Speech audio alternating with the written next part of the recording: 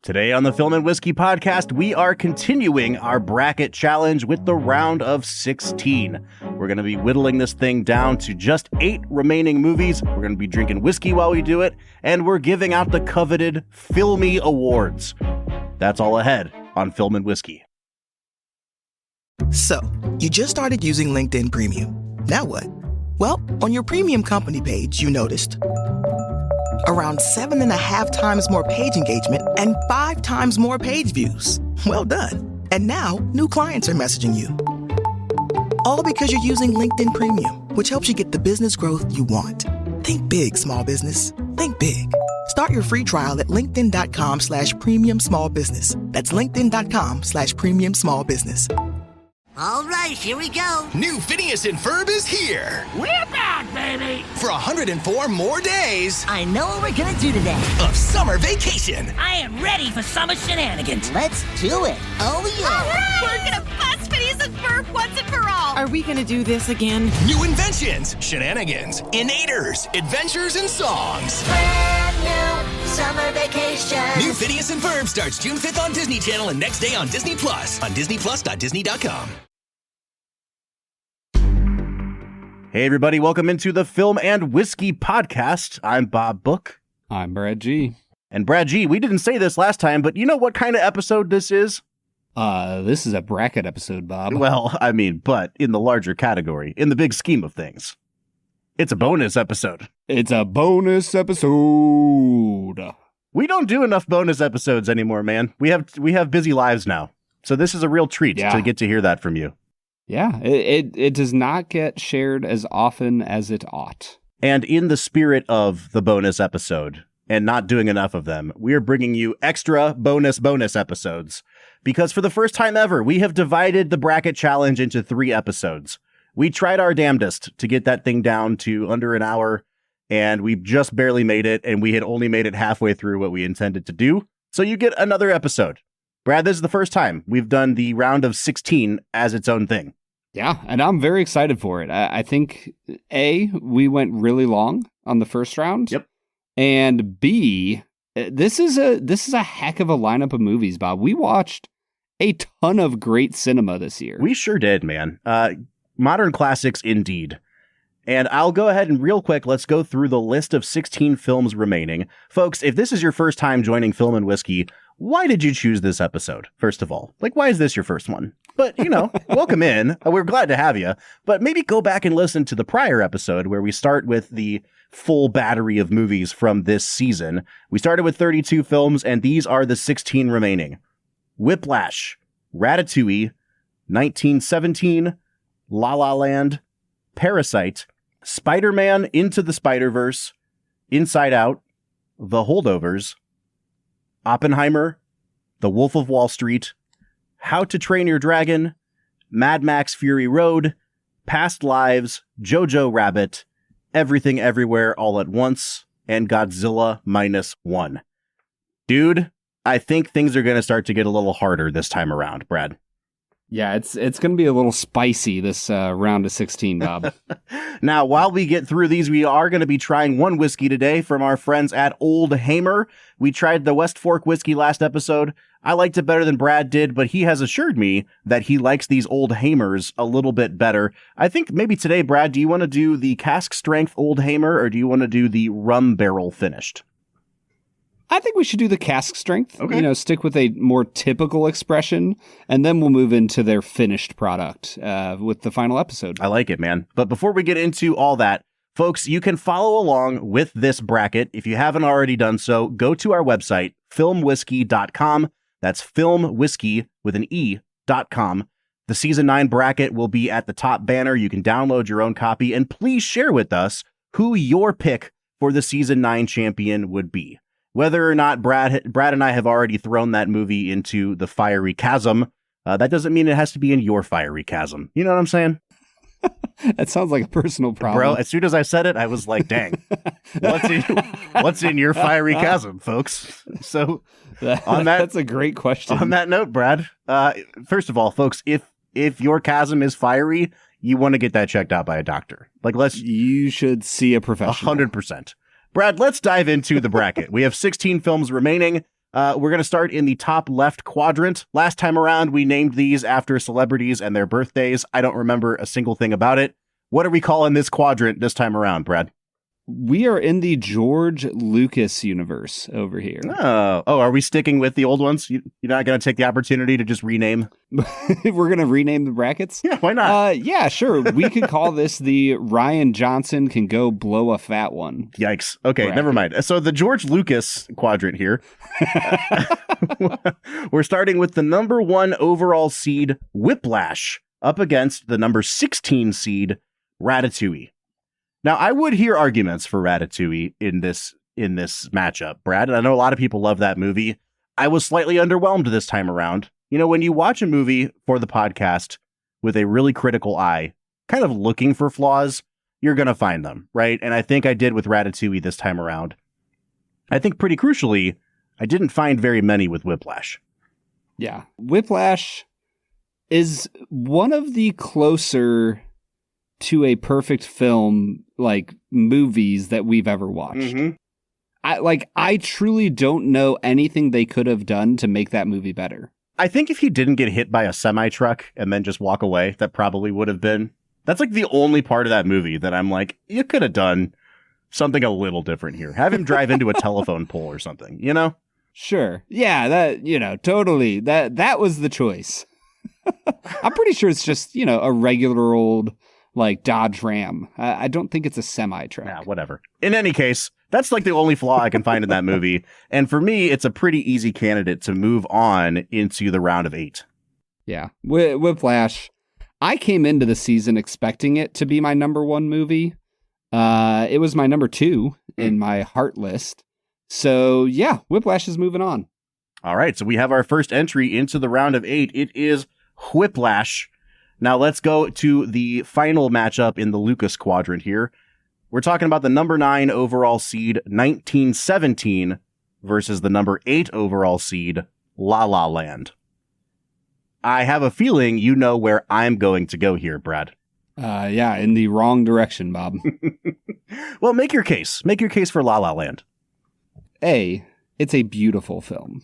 The jazz influence on Damien Chazelle and the movie as a whole is like so clear and beautiful, and not just in the amount of jazz they talk about, but the way that they shoot the film. The lighting is moody and beautiful, and there's like bright colors where there need to be.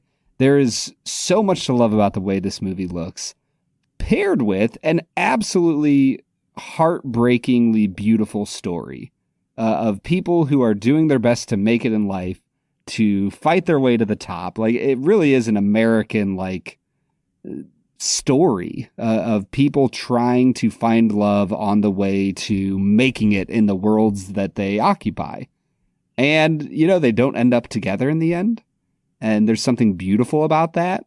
And there's a nostalgia between them as they see each other one last time, and yet a contentedness with where they're at. There's just so much to love about this movie.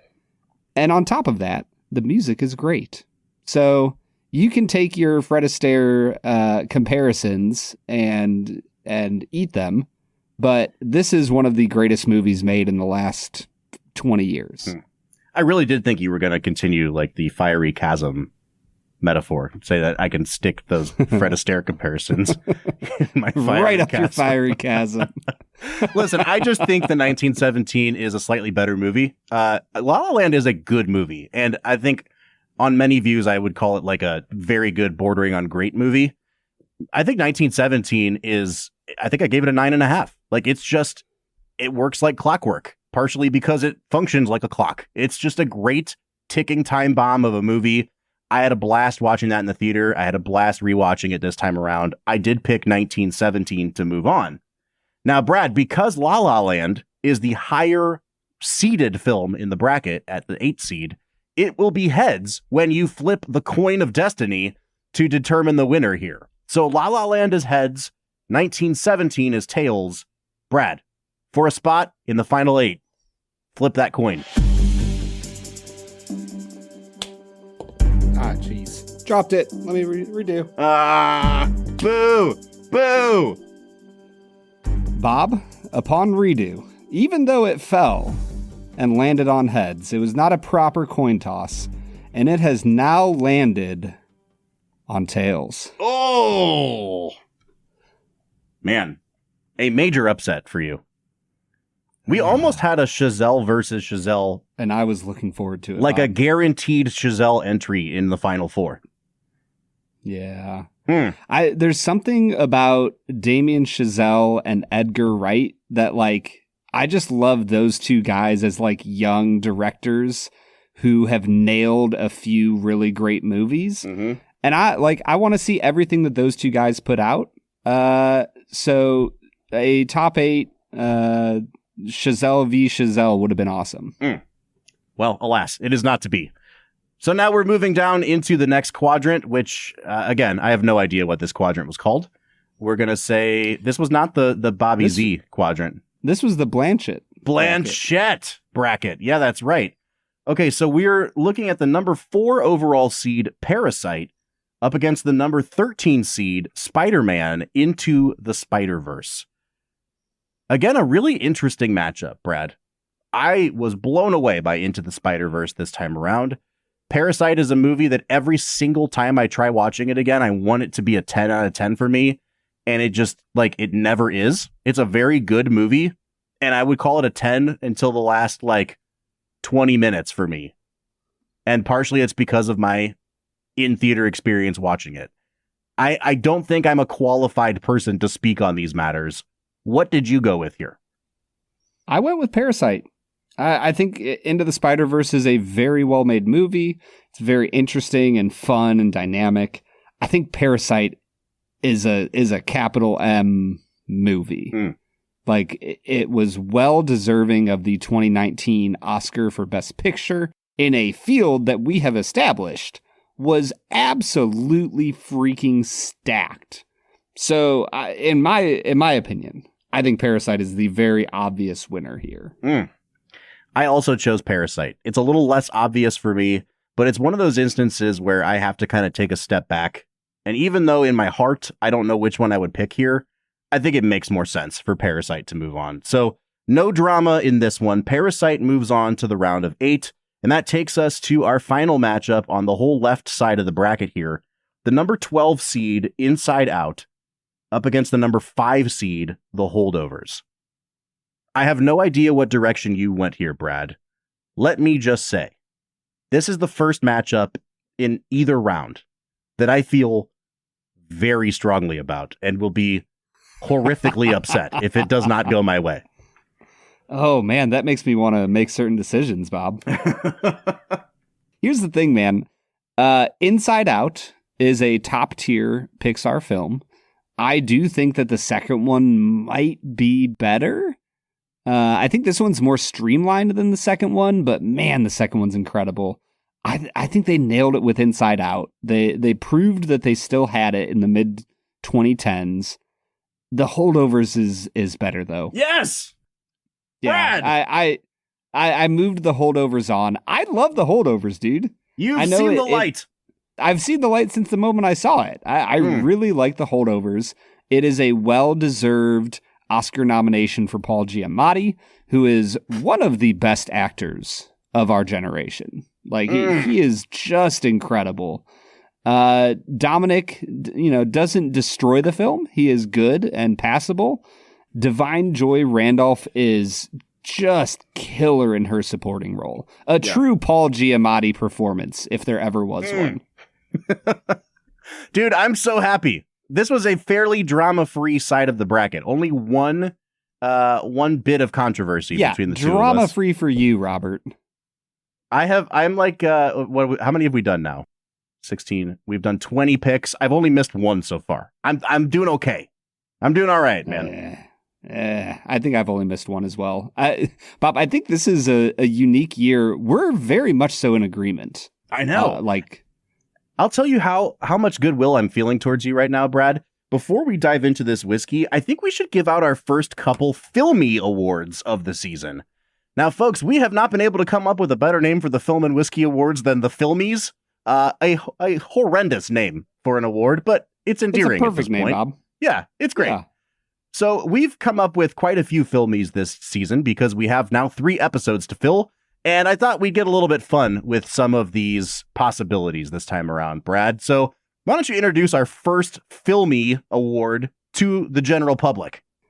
The first Filmy of 2025 is the Most Overqualified Actor in a Thankless Role Award. Oh, man. This Who is it, good. Bob? Who of these 32 films is just, you know, we should we should rename this the Kane and Duvall Secondhand Lions Award. Like, what are they doing in that movie? It makes no sense, but they're perfect in it. Do you want me to go first here? Because Sure. I think I have my answer. Yeah, I'd love to hear yours. I think this goes to Stanley Tucci in Spotlight. Oh, that's Like, a good one. He freaking nails it. He and Paul Giamatti are like the greatest supporting actors of all time. And it's so easy to forget that Tucci is in that movie because, you know, he's kind of got that wig and just, you know, he just looks different. But he nails it. And he brings that emotional weight at the end of the film when he's like, yeah, you nailed it. You did great. I'm going to talk to another victim right now. Mm-hmm. So here's why I'd push back on that, because the category is overqualified actor in a thankless role. And I actually think that you need a Tucci in a role like that to make that role stick. Like, when I think about this performance, I'm like, it's more of just like, why is he in this movie? Like, this could have been played by just like stock actor number 3. Mm-hmm. And so I'm struggling, man. I think that a good one, we talked about this on the episode, would be John Goodman in Argo. Because, like, does John Goodman need to be in that role? No. But does it make the movie? Yes. That kind of takes away from the thanklessness. I think my pick would be Ralph Fiennes as the new M in Skyfall. Oh. You could get any British person to play M. He barely shows up. He just says, Bond, damn it. And then Bond walks away. Having an actor of Ralph Fiennes' caliber, Bond, damn it, so well. better than anyone in the world. So, yeah, I'm going to go ahead and go with Ralph Fiennes here. So, what do you think, man? Who's the winner between our two? Oh, I'll give it to Ralph Fiennes. I think that's fair. All right. All right, Yeah. Rafe, you can come collect your award at Brad's house. It will be waiting for you. All right, the second Filmy we're going to give out this time around, Brad, is an interesting one. Best final shot of a movie. Now, this is an interesting one because I know for a fact you probably can't remember half the final shots in most of these movies, but you seemed very opinionated when you brought this one up before we started recording. So I'm interested to hear your best final shot. Man, honestly, I think that there are a few great options. I think Inside Out, when, you know, they talk about her growing up and the panel's expanding and they're all working together, great end of the movie. I want to say, oh man, you're going to hate this, Bob. I think I'm going to say Parasite.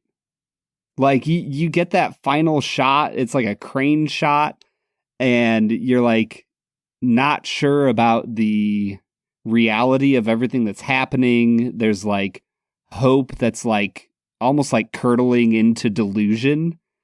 And it, like, I don't know, man, there's a depth of emotion there that is just nails it. If I pick 1917, do I get to count the entire movie as the final shot? Yeah, yes, Bob. That obviously. I did it. All right, here's a couple other possibilities for me, Brad. I think Oppenheimer is a pretty obvious choice here. The shot of him imagining the world blowing up and then it ending on his harrowed face, I think is an all-time great closing shot for a movie, a real sucker punch. I think the final shot of Whiplash, where you just get him hitting the cymbal and it cutting to black after everything that's just happened, is really, really good. I think Mad Max Fury Road, as you see the women and Furiosa getting lifted on that platform, and then as it lifts off the screen, it just fades to black. That's a great shot. I was just thinking about Mad Max. I might have to change my answer. I think Oppenheimer is the one that probably has the most cultural cachet, but I'd be okay with Mad Max if you want to go that route. Yeah, I think I'm going to go with Mad Max because It's one of the greatest movies ever created. All right, there you go. Mad Max Fury Road, you have the best final shot in a movie that's not called 1917. So what a great award to win. Brad, let's drink some whiskey, man, before we get to the second part of this episode. Today, we are sticking with West Fork whiskey, but we're trying a different label of theirs called Old Hamer. Now, we're going to go with the Old Hamer Cask Strength. We have another one to drink in episode number 3. Old Hamer was an Indiana brand over a century ago that West Fork acquired the rights to the name for and resurrected it. Now, crucially, Brad, they are not using their own distillate in this brand. They're using MGP for this distillate. It looks like the mash bill on this is 99% corn, 1% malted barley. So this is an almost entirely corn mash bill here. It's, again, made at MGP in new charred oak barrels, which now makes it a bourbon. Apparently they had bought the light whiskey distillate, and then by putting it in those charred oak barrels, it is now a bourbon. It's only aged for 3 years, which I find interesting because we just drank the Bottled and Bond from West Fork at 4 years, and that tasted a little young to us. So I'm interested to see what MGP can do in even less time here. This also is coming in at Cask Strength. It is 118.2 proof, which means it's got a little bit of heft to it. It sure does, man. Now, just for, those people out there who are collecting every bottle of Old Hamer they can find, this is batch number 32. Brad and I are both diving into it right now. Brad, what are your nosing notes on this Cask Strength Old Hamer? This is like just a beautiful classic bourbon experience. There is caramel and vanilla. The vanilla reminds me of like a really rich vanilla frosting. With the amount of corn that is in this, maybe it's because I knew the mash bill, but I was like sifting it around in my glass, and I was like, "Oh, this kind of smells like a cob of buttered corn before you put salt on it." Like it's just really kind of creamy, and there is like a little bit of a marshmallow vibe going on. Really pleasant nose overall. I'll give it a 7.5 here. Yeah, I think that overall, it's not a very complex nose. Like, it's pretty one note, and it's like dusty corn. It smells a little bit light and thin on the on the nose, which does not bode well necessarily. But there was one interesting note that it was this kind of sweet, powdery smell, and I kept bouncing back and forth between, is it toasted marshmallow or is it like pink bubble gum? And I think it's a little bit of both. You definitely nailed it on the marshmallow. I'll say bubble gum, just so it's in our notes here, Brad. I'm going to give it just a 7 out of 10 on the nose. I think when you get into the palate, I'm kind of on a cereal kick with West Fork and Old Hamer. This reminds me of cornflakes quite a bit, with like a little bit of sugar added. It got more spicy for me than I expected. There's like some really nice black pepper stuff going on. There's a little bit of a cherry note that I'm picking up, almost like a maraschino cherry juice. Really sweet. Overall, man, this is a really pleasant drinking experience. I'm going to stick it a 7.5. Yeah, I like this a lot, dude. Again, could it have benefited from another year or two in the barrel? I think so. Way more syrupy sweet than I thought it would be, and actually much more viscous, too. It's spicy all the way through, right on the tip of the tongue, all the way across the palate. There's a lot of like alcohol burn and prickle here, but it opens up these layers of like black pepper. For me, it was a ton of like vanilla buttercream frosting right at the tip of my tongue. And then it expanded into some pretty classic bourbon flavors. I got maple on this. I got a little bit of like the buttered popcorn Jelly Belly on this as well. Ooh. That sort of sweetened corn. I really like this a lot, man. And it does pack a punch, but I'm going to give it an 8 out of 10 on the palate. Wow. Yeah, I think the finish is really good. The black pepper really sticks around. It gets a little bit oaky, but in a way that makes me appreciate the 3 years. It's like just enough of an oak taste to enhance the experience. The corn definitely sticks around to the end. Yep. I'm a little bit cooler on the finish. I wish it had a little more complexity of flavor. I wish it moved on from the nose and the palate, but it is what it is. I'm going to give it a 7 out of 10 here. I think I'm going to give this an 8 out of 10 again. It's a very specific finish. It's pretty short and it's very, very sweet. But I think we've talked about this on the podcast before. Brad and I were part of a spirits judging competition a couple years ago where I fell in love with this Mexican liqueur called Nixta. It reminds me of like if I took a shot of that, which is just basically like sugar corn, and then tried this to kind of see what it could become. It's a great bridge from like Nixta to this to more like high rye bourbons. And this has that syrupy sweet note at the very back. I really do love this a lot, man. This is kind of like an ideal for what a younger whiskey should taste like to me. Like heavy on the sweetness, and it nails like the notes it needs to nail here. So I'm going to give it another 8 out of 10. And then when it comes to the balance, I'm quite high on this. I think I'll give it an 8.5 overall, Brad. I'll give it a 7.5. I've been at a 7.5 for everything but the finish. I think this is an overall really well balanced, fun expression of whiskey. And I think the fact that they are selling it for $50 is a really good value. Mm-hmm. I'm going to give it an 8 out of 10 on value, dude. I think I am too, because like if you wanted somebody to taste, this is not necessarily like this is not categorized as a corn whiskey, right? So I don't want to compare this to mellow corn. But if you were trying to get an idea of what an all corn or a nearly all corn bourbon would taste like, or something that has that corn forward profile, I would recommend this over mellow corn 100 times out of 100. Dude, any day of the week. I know it's twice as expensive, but it's worth it. So I'm giving it an 8 out of 10 here, Brad.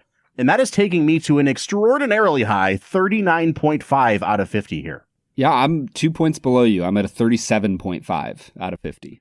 So West Fork, I hope you guys listened to our second episode and not just the first one. I'm sorry that for the lower scores on the other whiskey, but listen, we shoot straight here. This one is phenomenal. We're coming out to a 77 out of 100 or a 38.5 out of 50. Now for context, 35 is where we usually start recommending with a pretty hearty thumbs up. 40 is like a no-brainer recommendation. I'm very close to a no-brainer here, Brad. For $50, this is damn good whiskey. Yeah. In the current world of whiskey, $50 doesn't go as far as it used to, and I think you could spend it extraordinarily well on this Old Hamer Cask Strength. All right, man. Well, man, what a great day we're having here. Very little disagreement. Good whiskey, good awards. What do you say we get back into the bracket, Brad? I am so ready, Bob. Let's get to it. Hey, it's Bill Simmons from the Bill Simmons Podcast. The NBA playoffs are here, and Michelob Ultra is getting you closer to the game than ever with courtside seats and more. Enter now at MichelobUltra.com/courtside. Michelob Ultra Superior Access Courtside 2024 to 2025 sweepstakes. No purchase necessary. Open to U.S. residents 21 or older. Ends on July 1st, 2025. Multiple entry periods. Visit MichelobUltra.com/superior access/courtside for free entry deadlines and official rules. Message and data rates may apply. Void where prohibited. ChatGPT Plus is free for college students through May. Here's the thing. You've got a lot to do between now and then. Studying for finals, writing papers, trying to keep your life on track. And ChatGPT can help with all of it. It can quiz you for your econ exam, make a study guide from your French notes, plan out your meals and study breaks. It can get really specific on how you like to learn. It can even help you come up with ways to stop procrastinating. So from now until summer break, take advantage of all the ways ChatGPT can make your life easier. Restrictions apply. All right, everybody, that was Old Hamer Cask Strength, a whiskey that really impressed us, Bob. Yeah, that was really good, man. Speaking of things that impress us, not Bobby Zemeckis, but this is his bracket, his memorial bracket, in memory of a good filmmaker. Who is very much still with us, yeah. Yes. The memorial bracket. It makes me laugh every time you say that, dude. All right, the first matchup in the Bob Zemeckis memorial bracket is the number 2 seed Oppenheimer up against the 15 seed The Wolf of Wall Street. Now, Brad, some matchups require a lot of conversation. I don't believe this is one of them, but who knows? Maybe you'll throw me a curveball here. Yeah, I mean, obviously Wolf of Wall Street's moving on. It's made by Martin Scorsese, Bob. I know. How could you not move it on? This is pure cinema right here. Unimpeachable, man. Did Robert Oppenheimer throw any little people at a dartboard? I think not. What a great movie, dude. How many movies can you say that sentence about? I know. I'm trying to think of all the stuff when they're like going through the legality of it. You know what I mean? It's just pure comedy. Like one of the funniest movies I've ever seen. It's a really good movie. However, also, don't go watch Wolf of Wall Street. It's probably not good for your soul. Probably not. At least don't go watch it with your mom. You know, that's definitely not a movie that you want to take home to Thanksgiving with you. Should that be a filmy movie? you definitely want to watch with your mom. Because Wolf of Wall Street would probably win. That wins easily. I think Oppenheimer moves on here, Brad. Also a candidate for a movie I don't want to watch with my mom. Yeah, but I think, we could share in the harrowing experience of Oppenheimer. I don't know if my relationship with my mom survives the Wolf of Wall Street. That's just, you don't want to ask that of anyone, man. Oh, man. Well, Oppenheimer, the 2024 Best Picture winner, is moving on. Our next matchup is between How to Train Your Dragon and Mad Max Fury Road. How much do you want to be witnessed, Brad? I want you to witness me so hard, Bob. Can I witness you ride off into the fiery chasm is the real question here, Brad. Dude, if you put How to Train Your Dragon over Mad Max, I 100% put How to Train Your Dragon over Mad Max. Get the heck out of here, dude. There's I no really chance like Mad Max. Here's the thing about Mad Max. I really like it. I really like it. And I think that it is certainly a bigger artistic achievement than How to Train Your Dragon. I think it's also one of those things where it's like, this is a singular and unique work of art, and I celebrate that. But like, it's a weird ass movie, And like, there are moments of the movie where it's like, this is great for being a weird ass movie, and there are other parts of this movie that I'm like, this is an 8. I think in the balance of things, this is like a 9 out of 10 for me. I'm kind of in the same place with How to Train Your Dragon, and maybe it's because I'm a dad of small boys right now. I am truly shocked at how well How to Train Your Dragon works for people of all ages. Like, it is a really well-made action movie that also happens to be for kids. I moved it on. Oh my, I didn't even expect this. I wasn't prepared, Bob. I told you in the Mad Max Fury Road episode, like, it's a good movie. I think I ignored that because your opinion is invalid. There's only one opinion on Mad Max Fury Road, Bob, and that is, it's one of the greatest movies ever made. Listen, I wholly and heartily understand that, like, I am in the small minority here. It is perhaps the best reviewed movie of this entire century. It just isn't quite there for me. It's a good movie. It is certainly in the pantheon. It will be in our 21st century canon. But if you're talking heart movies, I'm going How to Train Your Dragon, man. Oh, man. I knew your heart was flawed. But here we are, about to flip the coin. Mad Max Fury Road is going to be heads as the number 7 seed. How to Train Your Dragon, the lesser film, is going to be our 10 seed at tails. So, are you ready, Bob? Before you flip it, I will 100% admit to you. Mm-hmm. It's probably the lesser film. Thank you. But if you're asking me to be honest as a person, I have to choose it. How I am. You're going to shove Tom Hardy and Charlize Theron up your fiery chasm. You're willing to do that? Don't threaten me with a good time, man. Brad, flip that coin.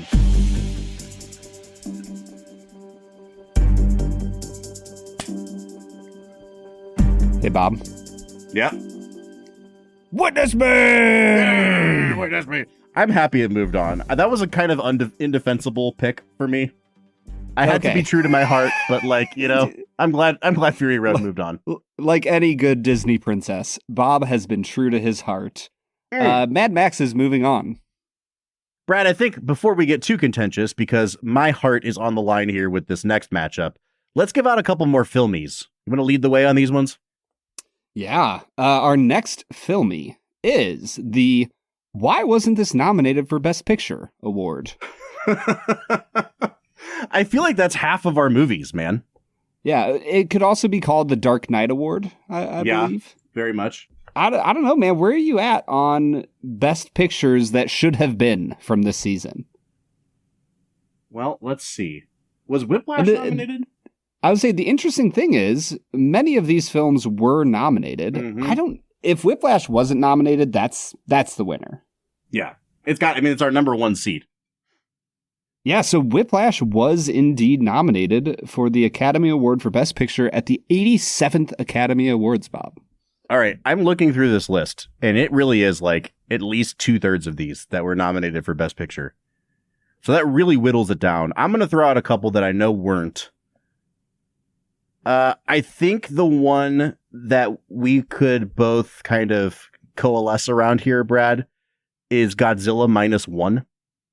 Yeah. I think Ratatouille and Inside Out probably could get nods as well, but Godzilla, man.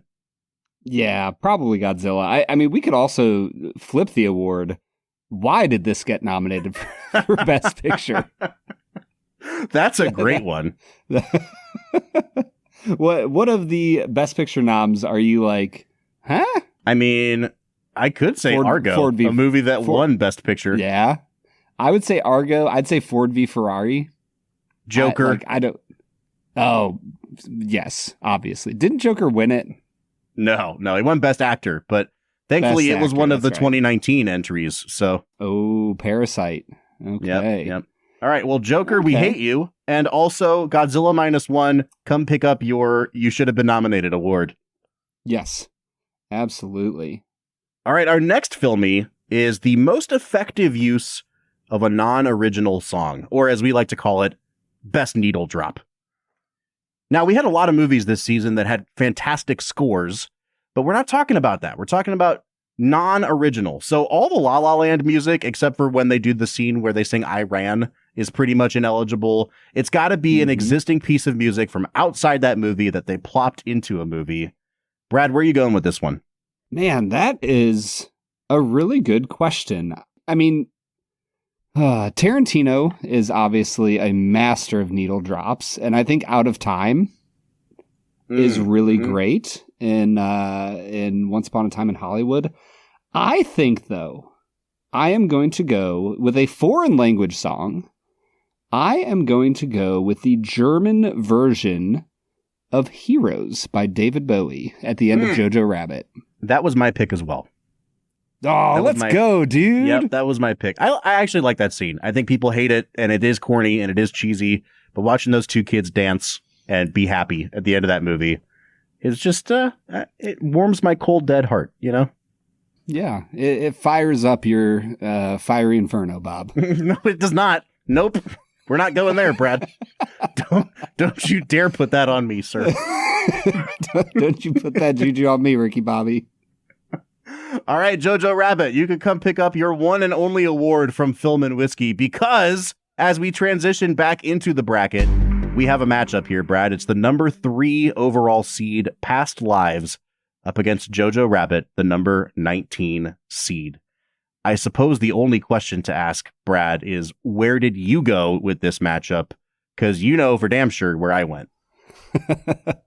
Listen, man, Past Lives is an incredible film. No.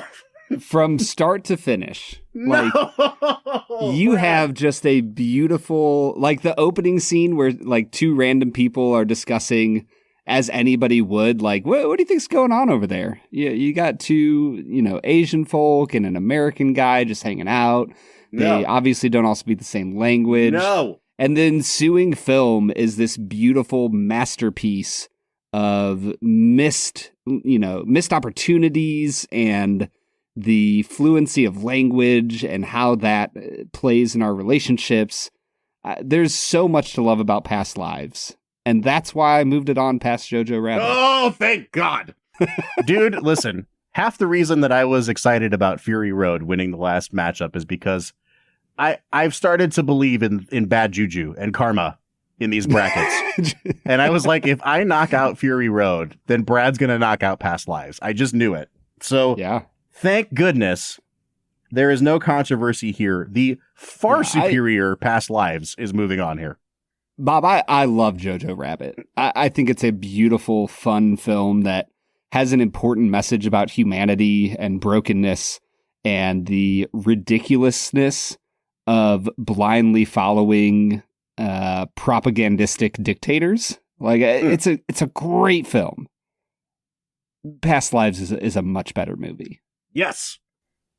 I knew that I had taught you something over the course of these 9 seasons, Brad. All right, listen. Here's the last matchup. You're welcome, Bob. It's a matchup that's going to piss you all the way off, Brad, because you could just tell from the seeding of these two where I went. So it's Brad's number 1 seed or number 1 favorite heart film of the year, Everything Everywhere All at Once, up against the number 6 seed, Godzilla -1. Now, Everything Everywhere is the 11 seed. So Brad had it at first. Where does that tell you about where I had it? It is a really good movie. Where did that you is have not it? as good. I don't know, like 25th, Oh, like somewhere in there. It's good. Oh, my soul. It's good. Bob, this Everything Everywhere All at Once is so stunningly beautiful. The message it tells about human relationships is so vastly important, and it does it in a fun, wild, like way that justifies the existence of movies as a medium. You've said that line a couple times now about that movie, and I'm so happy for you. I love that it does that for you. You can't tell me it didn't do it for you, because you walked out of the theaters feeling very similarly to me. I felt like it was a great movie. I don't know that I said this justifies the existence, as if I was looking for a reason for cinema to exist, like having an existential crisis. And then I was like, here is our savior. It's not that there was an existential crisis, Bob. It's just that moment when you're walking through life and suddenly a beautiful flower opens up right in front of you and you're just like, wow, like the serendipity, the thing I most needed and I didn't even know it. That is Everything Everywhere All at Once. For me, it wasn't so much dildos and hot dog fingers and all. For me, it wasn't so much a beautiful flower opening as much as it was an ancient nuclear monster rising from the deep, covered in icicles, prepared to blast a nuclear bomb upon the folks of Japan in a horrifically horrifying way. That was also the most badass imagery I'd seen in years. Godzilla -1 absolutely clears Everything Everywhere All at Once for me. And dude, will I hate to break your heart if this flip doesn't go your way? I will, but I feel very strongly that Godzilla is just a better movie. Godzilla -1 is not a better movie. It's an incredible film. I absolutely loved it. It was the joy of my life to bring Michael Klingus onto the show. Dear, dear friend. However, Everything Everywhere All at Once very clearly has a larger impact. It is a bigger film in a lot of ways. The choice is obvious here, Bob. We are moving on Everything Everywhere All at Once. No. Before we close out this episode. We're not. Maybe we are, but we got to do it through a coin flip. So by virtue of being the higher seed, Godzilla -1 is heads in this coin flip. Everything Everywhere is tails. Brad, for the future of your bracketing life, flip that coin.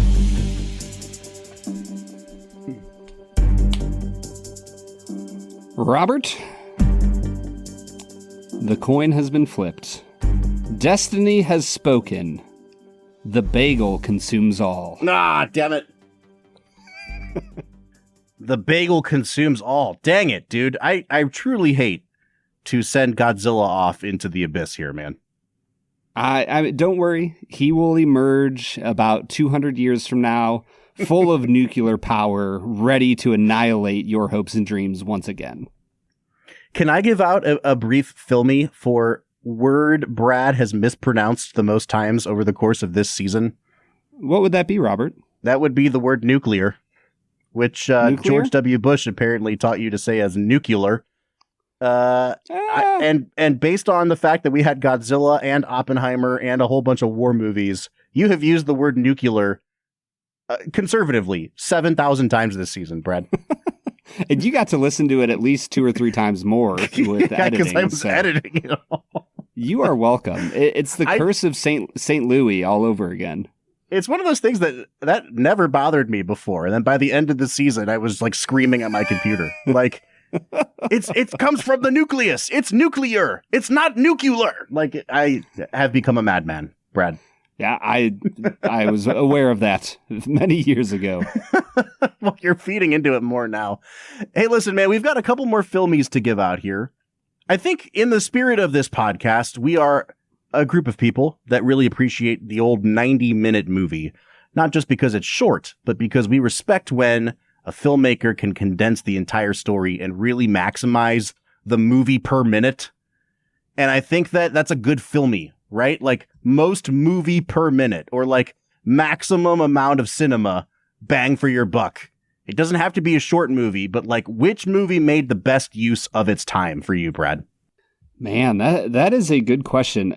It's kind of tough. I mean, are we sticking to like a 99 or less minutes?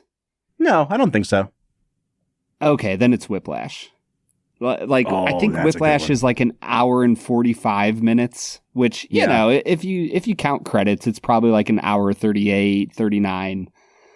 I mean, if we're going for most bang for your buck, I have to say Whiplash. I don't remember, how long was Spider-Man?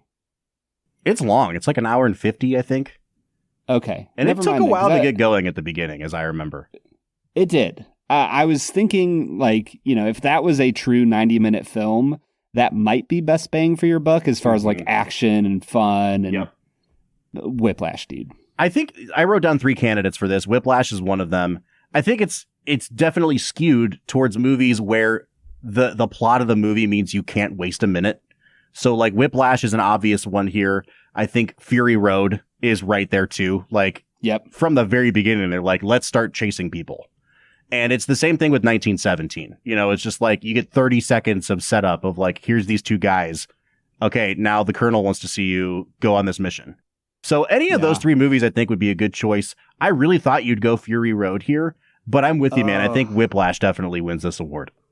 That's wild, dude, because I guess my brain was stuck on the 90 minutes element of it. I actually do think Mad Max gives you more movie for your minute. Oh, it definitely gives you a lot of movie. That's for sure. I'm going Mad Max Fury Road. That is, if the qualification is most movie for your minute, how can you get more cinema, more action, more witnessing than the 2 hours you would spend watching Mad Max Fury Road? You know what? I'm not even going to argue with you, man. I'll let you have this one. Fury Road is going to get a second filmy in this episode. And that takes us to our final filmy of the day. One that I hope warms our hearts, Brad. It's the movie that's most improved by watching it with a friend. You know, we do this with every movie, Brad. Despite our differences, you're one of my best friends in the world. It's nice to talk about movies with you. But I think that there are certain movies that, like, we can sit at our laptops and watch a movie before we record. But there's just like some layer of the communal experience makes that watching like just better. And I think that, again, this is going to skew towards movies that have an element of fun. Like, you can't just be like, oh, Oppenheimer, so that I could, you know, be shell-shocked at the end of that movie communally, right? There's definitely got to be watch Florence Pugh be naked with my friend. Right. There's got to be an element of fun, so I'm sure it's going to skew that way. I'd love to hear what your finalists are for this one. I think that John Wick is up there. Like, you know, it's a fine action movie, but like getting 3 or 4 guys together and having John Wick on and drinking whiskey would be a great time. Man, I think some other options. I mean, Whiplash, I have watched with a group of friends, and it plays so well to a group of people, especially because it's so quick. I think District 9 would be a sneaky fun movie to watch with some buddies. But at the end of the day, I think it's got to be Mad Max. It's freaking dominating. Tell me that wouldn't be such a fun movie to just get a group of people together and be like, let's watch cars explode. Listen, let's witness it together. I'm not disagreeing with you. Here are my other finalists, because I think that there's a few. Godzilla -1 is up there. It was such a fun movie. I took a group of 4 people with me, and at the end of it, like one person told me that was the first foreign language movie I've ever watched, which is like, I felt very honored that like this person would go to the movies with me, watch a whole movie in Japanese, and then have that much fun with it. Like, that was really cool. I think, you know, for all of the weirdness I experienced at the theater, Parasite in the theater, when that chick's head hits the back of the wall, I have never heard a group of people collectively go like, ugh! It was awesome. It's so good, dude. I really wish I saw that in theaters. And then honestly, I think a sneaky candidate here is also The Holdovers, because it's a Christmas movie. Like, it really is a good movie. It's not like a theater movie necessarily, but it's a movie to watch with a group of people that you love. So I think those are all good candidates. I don't know that I'm going to talk you out of Mad Max Fury Road here, Brad. Nah, dude. Even the way you talked about all the other ones were like, yeah, this is like a pretty good option. There's no beating Mad Max here. All right. Well, we have now witnessed Mad Max win, I think, 3 of our 6 awards this episode. So it is freaking dominating right now, which does not bode well for the film it's going to face in the final 8. So we're wrapping it up here today. Let's give this list of our final 8 movies, Brad. These are all absolute bangers. So we've got Whiplash, 1917, Parasite, The Holdovers, Oppenheimer, Mad Max Fury Road, Past Lives, and Everything Everywhere All at Once. Bob, what a great collection of films, dude. I was going to say, this is my, other than La La Land, this was my top 8. Like, tell me this isn't one of the best brackets we've ever had. Oh, it's real good. It's real good. Here's the wild thing, dude. I think that this year has shifted my attitude on modern movies. Because, like, at the end of the day, we have spent so much time complaining about Disney and Marvel and, you know, live action remakes, deservedly, right? They have overwhelmed at the box office in ways that I don't think they deserve to. It doesn't mean that great movies aren't being made. Mm-hmm. And this season has proven that to me. What a great way to wrap up this episode. It's the first time we've ever done a round of 16 episode. I think we may need to institute it forever now, because this was great conversation and, again, a long episode, Brad. So we'll be back on Tuesday to break down all the way to the championship, the round of 8, the round of 4, and the championship. We'll also list our top 5 whiskeys of the season. So join us on Tuesday for that episode. One more time, folks, if you go to our website, filmwhiskey.com, grab your own bracket and tell us who your champion would be. We would love to hear from you on any of our social media accounts, Facebook, Twitter, Instagram, TikTok, or YouTube at Film Whiskey. Or if you want to join the conversation, you can jump into our Discord. We're on there every single day talking about movies and whiskey. So if you'd like to, you can find a link at the end of every single one of our show notes. All right, make sure you join us on Tuesday as we wrap up season number 9. But until then, I'm Bob Book. I'm Brad G. And we'll see you next time.